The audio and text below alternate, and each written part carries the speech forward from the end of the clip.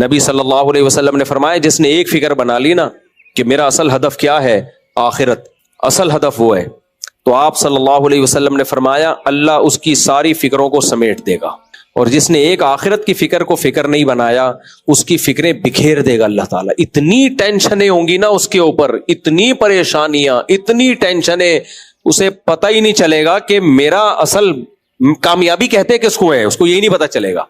سکون کے پیچھے بھاگتا رہے گا پاگلوں کی طرح، اور جیسے جیسے عمر بڑھے گی نا سکون اس سے اتنا ہی دور ہوتا چلا جائے گا۔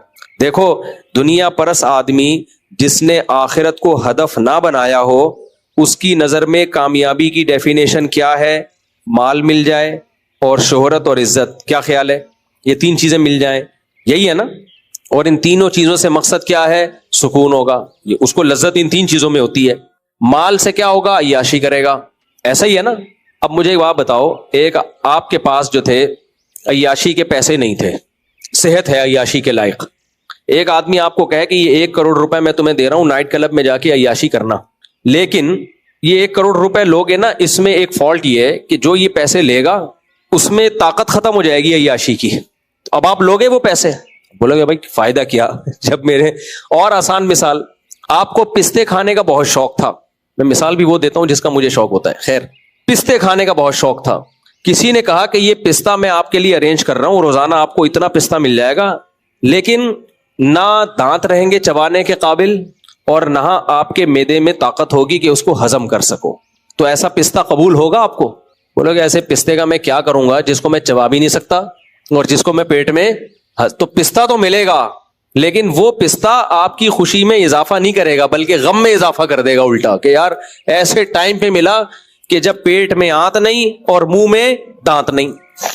ہوتا یہ ہے کہ دنیا پرس آدمی جو دنیا کو ہدف بناتا ہے تو ایک وقت تک تو اللہ اگر چاہے اس کو عیاشی مل جاتی ہے، لیکن 2 خوف اس پر ایسے مسلط ہوتے ہیں نا جو اسے گھن کی طرح، دیمک کی طرح چاٹتے ہیں اس کو، ایک بڑھاپا اور ایک موت کا خوف۔ یہ 2 خوف اللہ نے ایسے لگا دیے جس سے کوئی انسان بچ نہیں سکتا۔ یعنی قرآن کے الفاظ دیکھو، وَلَوْ كُنْتُمْ فِي بُرُوجٍ مُشَيَّدَةٍ، مضبوط قلعوں کے اندر بند ہو جاؤ گے بھی نا تو بھی آپ بیٹھے بیٹھے مر جاتے ہو۔ آپ نے کتنے گارڈ رکھ لیے، ہارٹ اٹیک سے مر گئے۔ گارڈ آپ کو ہارٹ اٹیک سے تھوڑی بچا سکتا ہے، گردے فیل ہو گئے، ایکسیڈنٹ ہو گیا، جہاز کریش ہو گیا، ٹرین کا حادثہ ہو گیا، کیا امریکہ میں نہیں لوگ مرتے؟ کیا جاپان میں نہیں لوگ مرتے؟ تو یہ موت کا خوف اللہ اس کے اوپر مسلط کرتے ہیں ہر وقت، یہ خوف کہ یار مر گیا تو کیا ہوگا، مر گیا تو، اور میں نے دیکھا ہے لوگوں میں۔ دوسرا بڑھاپا، دوسرا کیا ہے؟ جیسے ہی بوڑھے ہوتے ہیں نا یہ لوگ ساتھ چھوڑنا شروع کر دیتے ہیں، کیونکہ وہ بوڑھا بیچارہ کسی کو کیا انٹرٹین کرے گا؟ آپ کے پوتے نواسے ہیں تو وہ تو کسی، آج کل تو وہ بھی نہیں پوچھتے، بے دین جو ہوتے ہیں، تو وہ جوانی ختم، وہ دولت ہے لیکن نہ کھا سکتے ہیں، نہ پہن سکتے ہیں، نہ پی سکتے ہیں، اور آہستہ آہستہ وہ بڑھاپا بتا رہا ہوتا ہے کہ اب تیرا ٹائم آ گیا۔ یہ 2 خوف انسان کو ایسا مارتے ہیں نا، ایسا ٹینشن دیتے ہیں کہ یہ مصنوعی خوشیاں لے رہے ہوتے ہیں۔ ہم نے جو اوریجنل خوش ہے نا وہ صرف اللہ والوں کو ہی دیکھا ہے۔ اچھا بہت سے لوگ یہ سمجھتے ہیں کہ ہم خوش ہیں، ہمیں کوئی پریشانی نہیں، ہم تو بڑی لائف کو انجوائے کر رہے ہیں، ایسا ہوتا نہیں ہے۔ انہوں نے خوش لوگ دیکھے نہیں ہوتے، اصل میں اپنی جیسے ٹینشنوں میں گھرے ہوئے لوگ دیکھے ہوتے ہیں تو وہ سمجھتے ہیں کہ خوشی اسی کا نام ہے۔